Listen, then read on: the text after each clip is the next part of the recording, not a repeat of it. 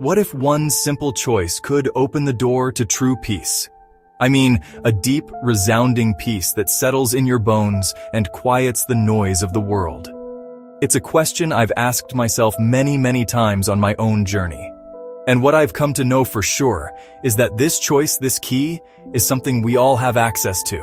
It's the choice to lead with compassion.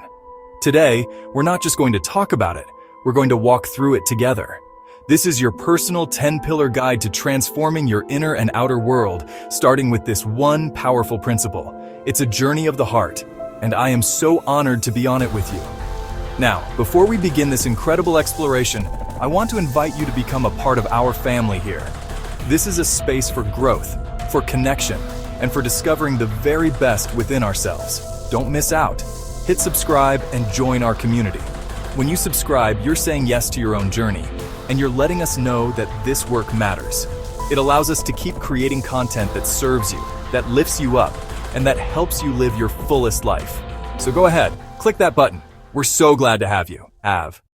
The first pillar, and perhaps the most crucial first step, is choosing to understand before you judge. It sounds simple, but it runs counter to our deepest instincts. We all do it, don't we? We see someone, we hear a snippet of a story, and our minds rush to fill in the blanks, to form an opinion, to pass a verdict. This mental shortcut is a relic of our evolutionary past, a defense mechanism designed for a world of immediate physical threats. But in our complex social world, this same mechanism often builds walls where we need to open doors. It leads us to judgment without compassion. The most profound moments of connection happen in the pause, that sacred space between a trigger and our response. It's the moment you consciously stop the automatic mental chatter and decide, I want to know more.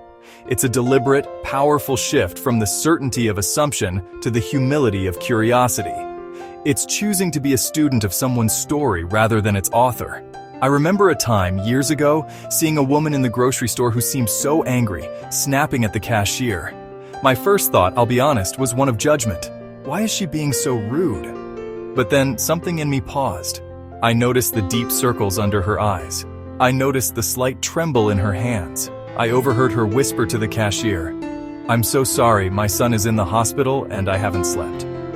In that one instant, my judgment dissolved and was replaced by a wave of pure compassion. Her story changed everything.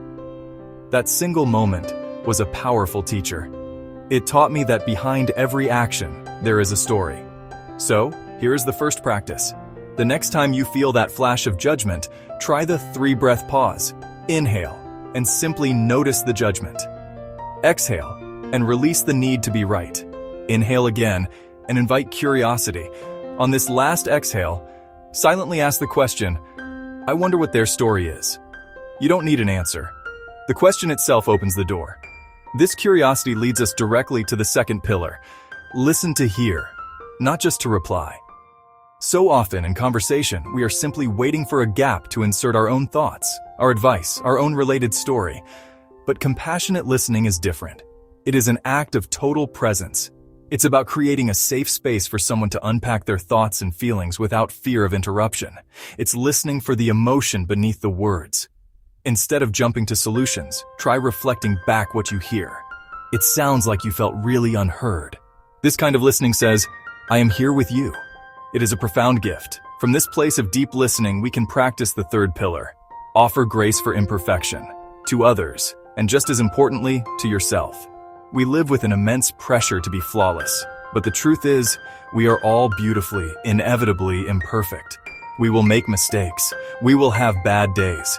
Grace is the act of replacing the sharp edge of criticism with the soft landing of understanding. And it's about turning that same grace inward. When you stumble, can you treat yourself with the same kindness you would offer a dear friend? Self-compassion isn't an excuse. It's the fuel for resilience. It's the gentle voice that says, yes, you made a mistake, and you are still worthy of love and respect. The fourth pillar asks us to make a conscious choice in how we interpret the world. Assume good intent. Or, if that feels like a stretch, start by assuming neutral intent. Our brains have a negativity bias. We are wired to spot threats. This means we often read the worst into ambiguous situations. A short email, an unreturned call.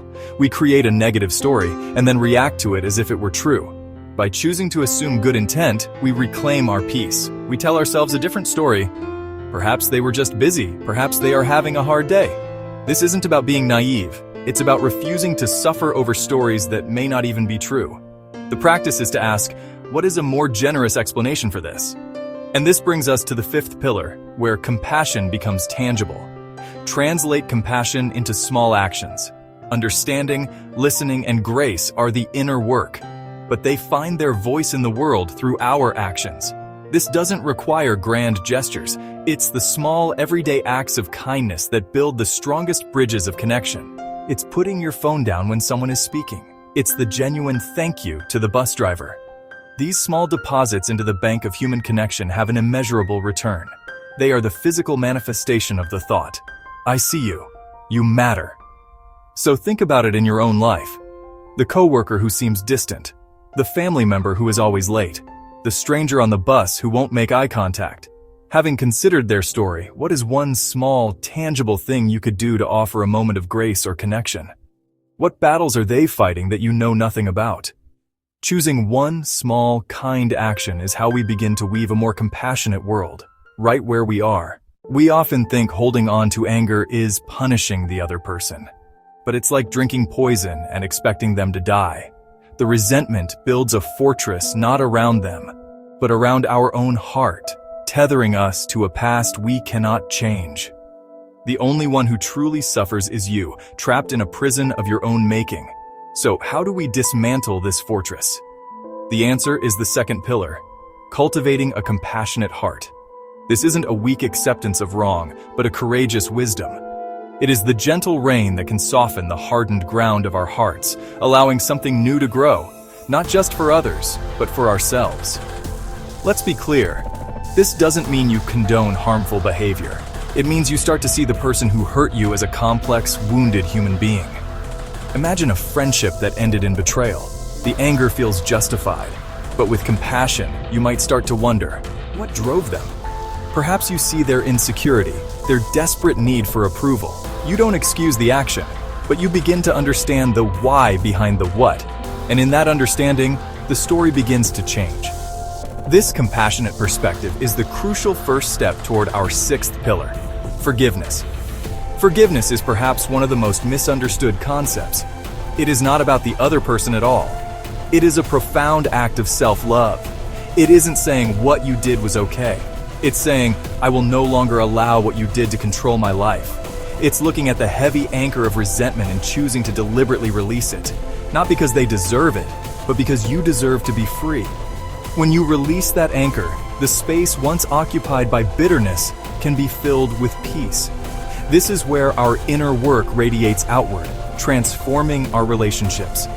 Pillar 7 is the shift from self-preservation to connection.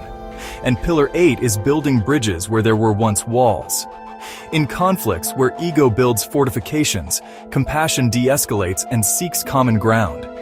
This is the beginning of healing not just ourselves, but the spaces between us, creating a foundation for true connection.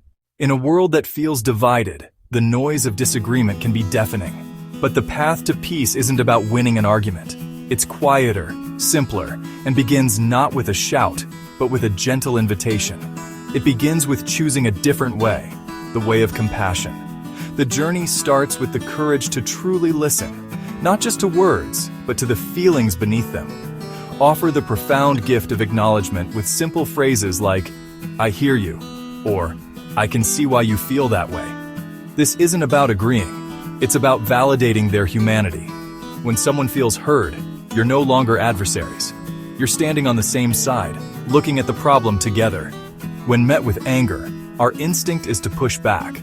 But compassion offers a radical alternative. Instead of adding force to force, become the calming presence in the room. This is empathy in action, not fixing their problem, but the brave act of feeling them.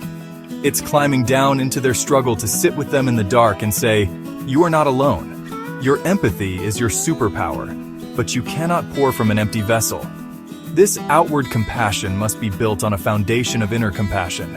When you feel overwhelmed, what is the voice you hear inside? Try placing a hand on your heart and offering yourself the same kindness you'd offer a friend. These practices, listening, calm, empathy, and self-kindness, are the architecture of peace. But compassion is more than a pillar. It is the doorway itself. It is the active choice to step through, to connect, to understand. With it, peace ceases to be a distant dream and becomes a lived, moment-to-moment reality. The beautiful truth is that peace isn't far away. It's a choice available to you right now.